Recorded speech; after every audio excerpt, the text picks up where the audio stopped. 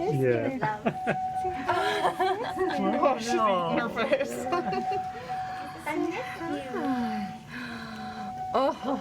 Hey everybody, welcome to another episode of A Bray in the Life. I'm Brian. And I'm Nikia. We're the Bray family. Hey. And if you did not know, September is NICU Awareness Month. Mm-hmm.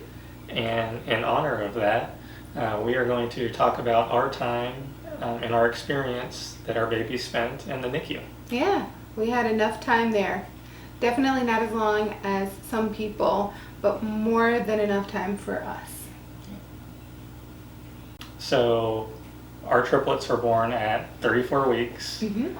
and they were pretty small for their age. They were healthy, but unfortunately they did have to spend some time in the NICU. Yeah, and we knew that that was coming. They were diagnosed with growth restriction pretty early on in our pregnancy, which was part of the reason why they were delivered at 34 weeks, just because of that. So we knew that they were going to have to stay in the NICU. We just didn't know how long or how complicated their stay would be. It was all really kind of based on what they looked like when they were delivered. Mm. So luckily for us, when they delivered, they looked fantastic. They're feisty then, and they're definitely feisty now. Yeah, they came out screaming. And they did, and they've been screaming ever since. So they had no oxygen requirements when they delivered, which was really kind of the biggest thing for them, was whether or not they were going to require oxygen, and they didn't, which was really nice. Yeah. So immediately after delivery, a lot of people always ask kind of what this looks like, especially moms and dads who may be expecting to have a preemie baby, or whose baby is unfortunately sick, or will have some sort of chronic illness of some kind and will spend some time in the NICU.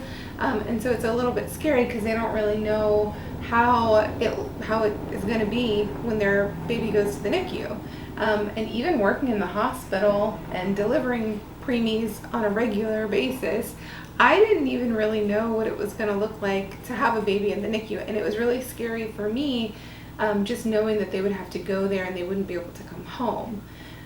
So that was kind of my biggest fear going into delivery, was that I knew what was coming, but I didn't know exactly what that would entail. Yeah.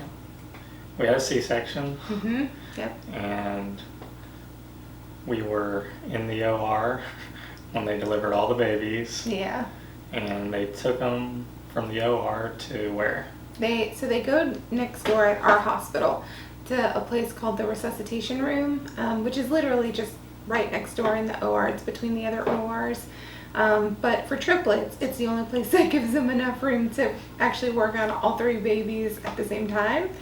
So they go there, and they basically just assess them for their breathing and to make sure that their heart rate is good and normal, that they basically look okay, don't look like they're significantly ill, those sorts of things in that room. Yeah. And this whole time you're still in the OR. Yep, still lying on the table. So they have to close me back up.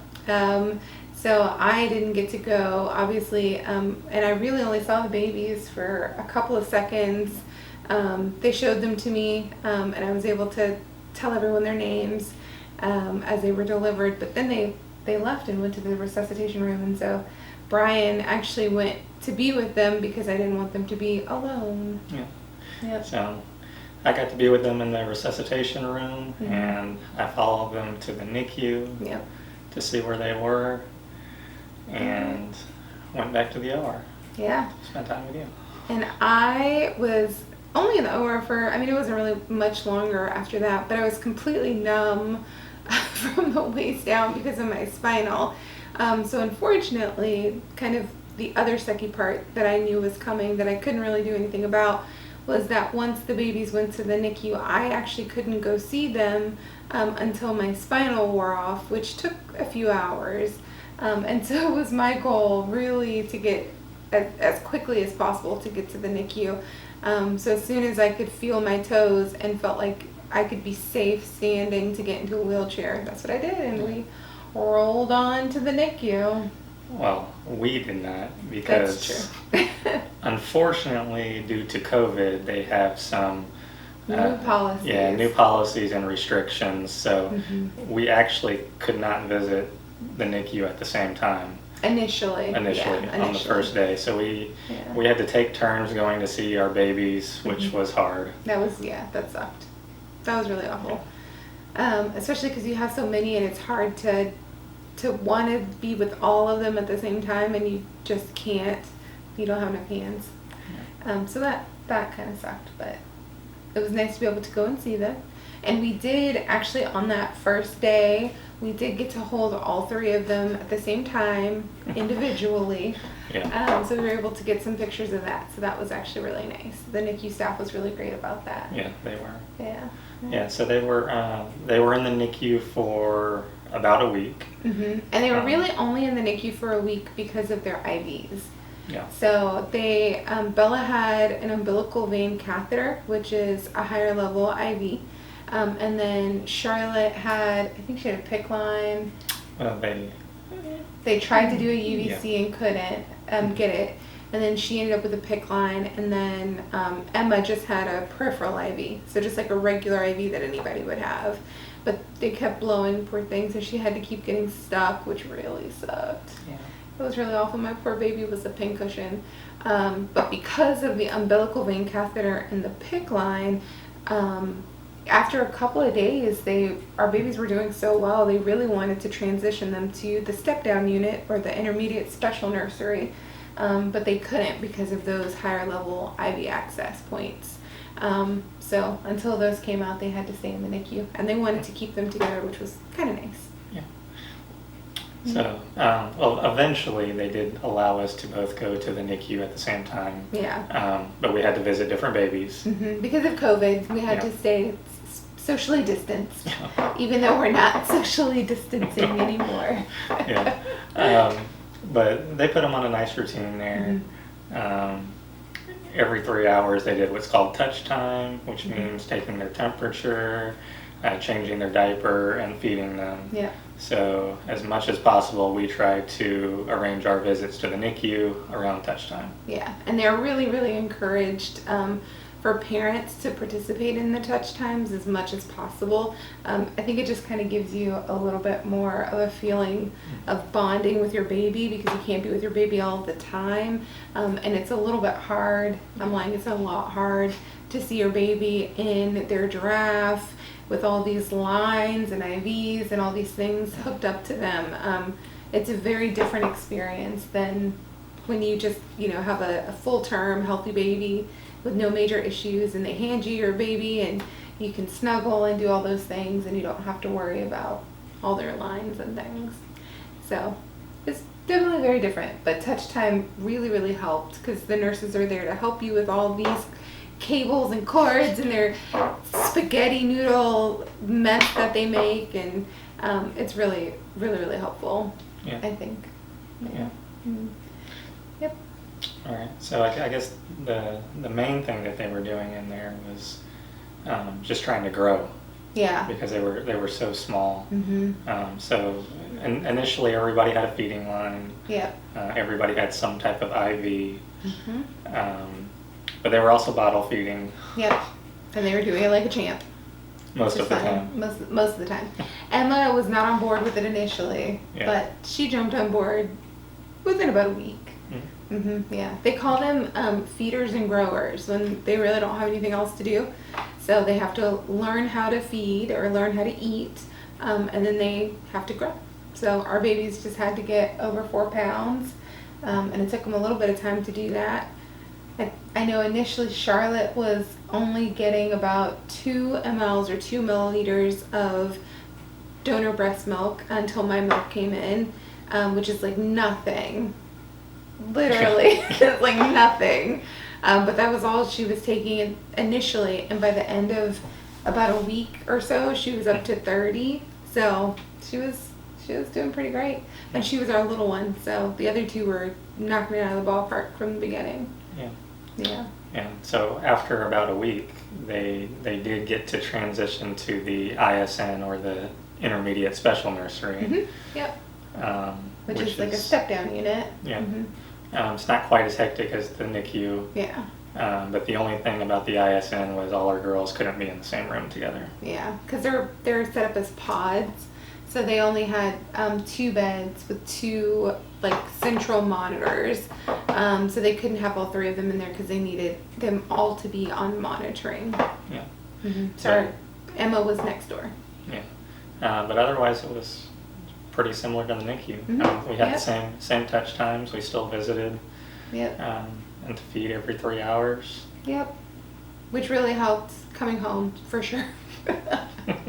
They kept them on a very, very strict schedule, which was amazing. The NICU nurses are phenomenal about that. So it really helped us to kind of figure out how to manage triplets by just having them on the same schedule. Worked out really well. But they did the same thing in the ISN, and really it was the same. They were just feeding and growing. Yeah.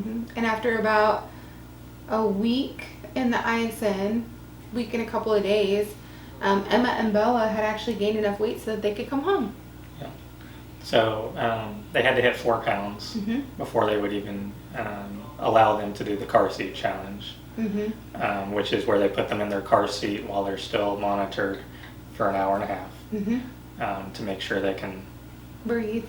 Yeah, because babies will lose their airway from sitting up at a different angle. So usually they're laying flat, or you may be holding them straight up, but when they're in their car seat, they're actually at a different angle. And so sometimes they can't protect their airway. And so the car seat challenge actually demonstrates that they have the capacity to do that without having any desaturation or a decrease in their oxygen status, which is super, super important, especially for people who live far away from the hospital and will be driving, an hour or 2 or more without a monitor on their baby. Yeah. So super, super important. The other important thing about that too is that they don't make car seats for babies smaller than 4 pounds. No. So you have to be at least 4 pounds to get into a car seat. And obviously they're not going to let you take your baby home if you can't take your baby home in a car seat. Yeah. So that was pretty important too. Yeah. Well, the other important thing is they had to make sure they can maintain their body temperature outside of their giraffe on their own for 48 hours. And once they did that and passed their car seat test, they got to come home. Yeah, and they were doing awesome. So they came home. Unfortunately, Charlotte had to stay, which I think was almost as hard as leaving all 3 of them in the hospital that first time, was to bring 2 home and leave Charlotte in the hospital. It was just really, that was a tough day. Yeah. Yeah. But she has showed very quickly how spunky she is and how she is not interested in being left behind, because very shortly after that she got to 4 pounds 1 ounce actually, passed her car seat with challenge with flying colors, and was able to come home too. Yeah, so that was really our whole experience. I think in honor of NICU Awareness Month, we do have to just say a very, very special thank you to the NICU nurses and all of the staff, the neonatologists, the women who work at the front desk and let us in every 3 hours. They are really, really phenomenal. Every NICU obviously is different, but if you have an opportunity or if you had even a short stay in the NICU, just thank your NICU nurses and all the staff, because they do a wonderful job taking care of these babies who need a lot of extra love, and they really, really do just love these babies, and you can really tell.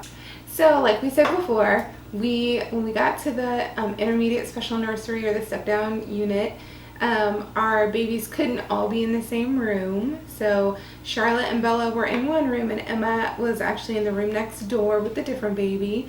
And we were really sad, and we thought, our girls were probably pretty sad too, because they hadn't been together since Brian's birthday, which had been over a week before.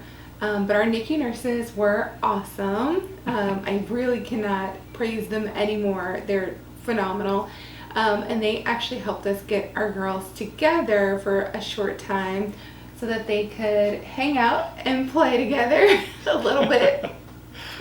So they had quite the reunion, and we have a really cute video of them that we hope you guys will enjoy. Yeah. So we'll end it with that. Hope you enjoy this. It's a really cute video. It is. It is. They're really cute babies. Say hi, Charlotte. Oh. Hi. Hey. Yeah. Say hi to your sister. Yeah. Say hi to your sister. Oh, she's eating her face. Hi. Oh, you guys missed each other, huh? Yeah. You guys miss each other, huh? Hi. You ready to get picture?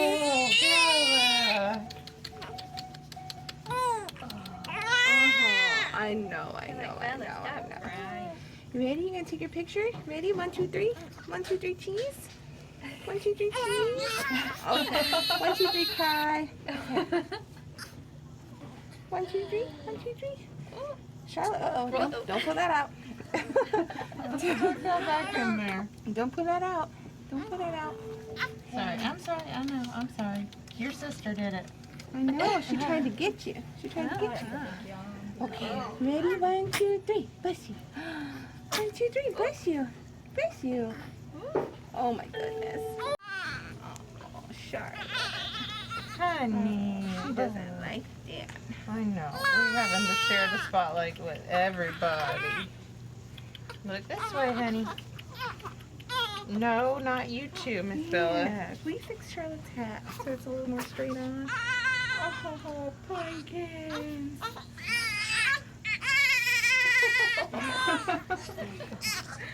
Don't forget to like this video, subscribe to our channel if you haven't already, and follow us on Facebook and Instagram at A Bray in the Life. Yep. We'll leave it there. Hope All right. you guys have a good day.